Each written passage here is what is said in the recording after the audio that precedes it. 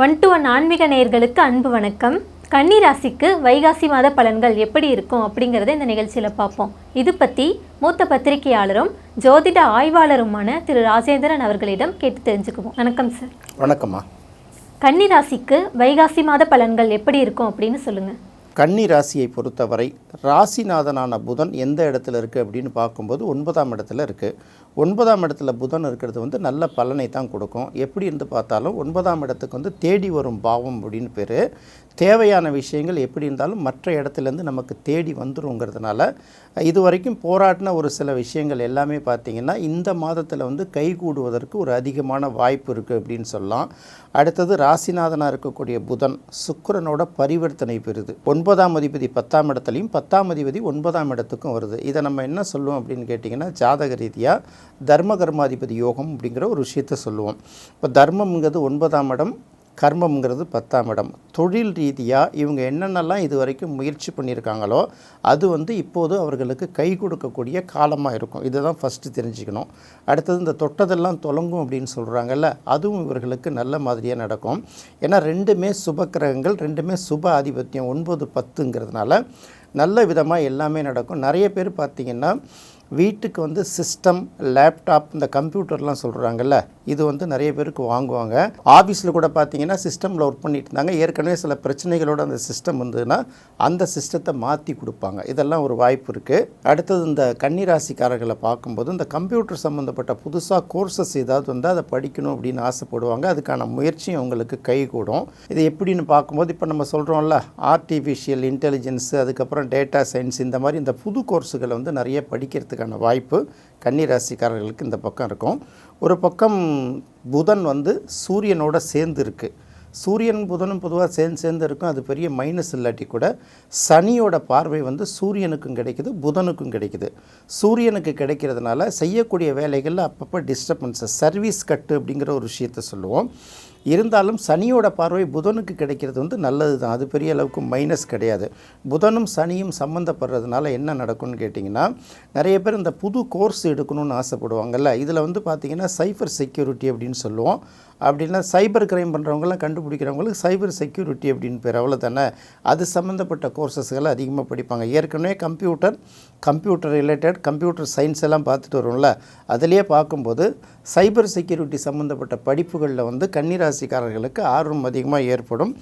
இந்த ஆண்டு கிடைக்கலன்னா கூட, இந்த சீசனில் கிடைக்கலன்னா கூட அடுத்த சீசனில் கண்டிப்பாக கிடைக்கிறதுக்கு அவர்களுக்கு வாய்ப்பு இருக்குங்கிறது இது ஒரு நல்ல ப்ளஸ்ஸாக தான் பார்க்குறோம் ஒரு பக்கம்.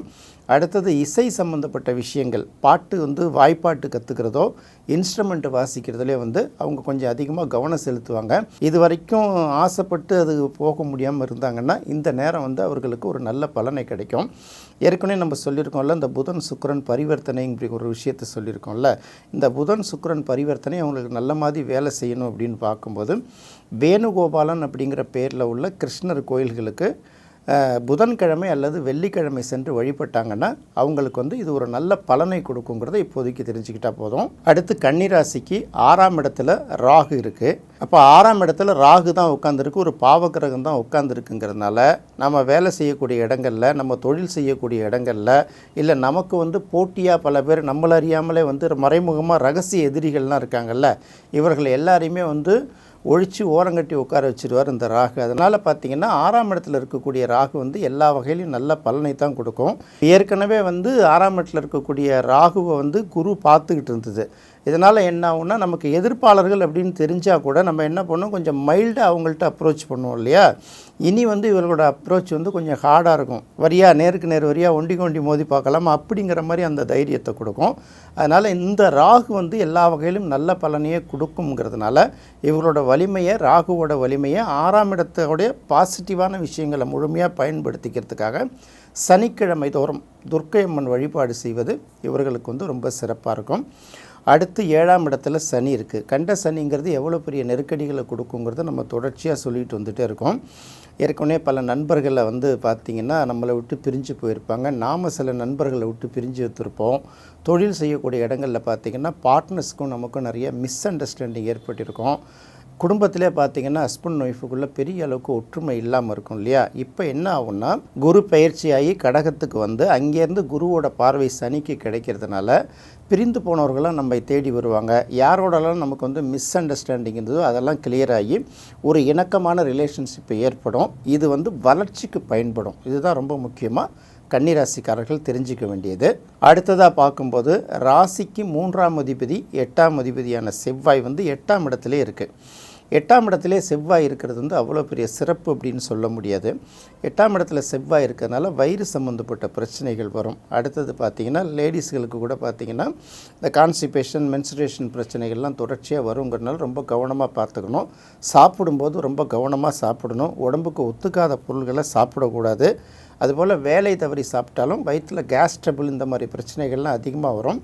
ஹீட் அதிகரிக்கும்னு சொல்லுவாங்கள்ல உடம்பில், அந்த ஹீட்டு சம்மந்தப்பட்ட பிரச்சனைகள்லாம் வருங்கிறதுனால அதுக்கு தகுந்த மாதிரியான உணவுப் பொருட்கள், குளிர்பானங்கள், மோர், தயிர்லாம் பயன்படுத்திக்கிறாங்கல்ல, எது சாப்பிட்டா நம்ம உடம்புக்கு ஒத்துக்கும்னு பார்த்து அதை பயன்படுத்திக்கிட்டாங்கன்னா அதுபோல் பிரச்சனைகள்லேருந்து அவங்க மீண்டு வருவதற்கு ஒரு நல்ல வாய்ப்பு இருக்குது. ஏற்கனவே நம்ம சொல்லிட்டோம், சூரியன் புதன் ரெண்டும் சேர்ந்து 9ஆம் இடத்துல இருக்குது. அதை சனி பார்க்கறனால என்ன பிரச்சனை வரும் அப்படின்னு சொல்லிட்டோம். பொதுவாக அந்த சூரியன் சனி சம்மந்தப்பட்டாலே வேலை சம்மந்தப்பட்ட பாதிப்பு, தந்தைக்கும் நமக்குமான உறவு முறையில் சின்ன சின்ன மாற்றங்கள், இந்த பல்லு வலி, கண்ணு வலி, இந்த மாதிரி சின்ன சின்ன பிரச்சனைகள் வருங்கிறதுனால இதிலேருந்து விடுபடுவதற்காக சனிக்கிழமை அல்லது ஞாயிற்றுக்கிழமைகளில் சரபேஸ்வரர் வழிபாடு நல்லா கை கொடுக்குங்கிறதையும் நம்ம ஏற்கனவே சொல்லியிருக்கோம்.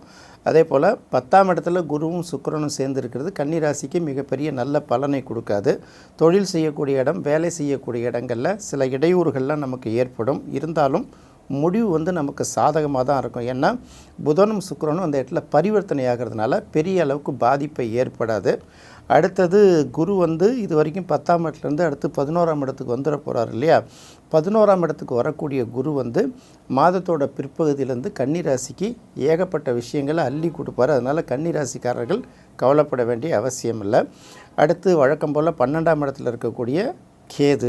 இந்த 12ஆம் இடத்துல எப்போ கேது வந்ததோ நாம் எப்படி இருக்கோம்னு நமக்கே தெரியாது. சொல்லுவாங்கள்ல, இந்த வண்டிக்கு பெட்ரோல் போட்டோம் ஓடிச்சு, அதுக்கப்புறம் மண்ணெண்ணெய் போட்டோம் அப்பயும் ஓடிச்சு, அதுக்கப்புறம் க்ரூட் ஆயில் போட்டோம் அதுவும் ஓடிச்சு, இப்போ எதில் ஓடுதுன்னு அதுக்கும் தெரியல நமக்கும் தெரியலம்பாங்கள்ல.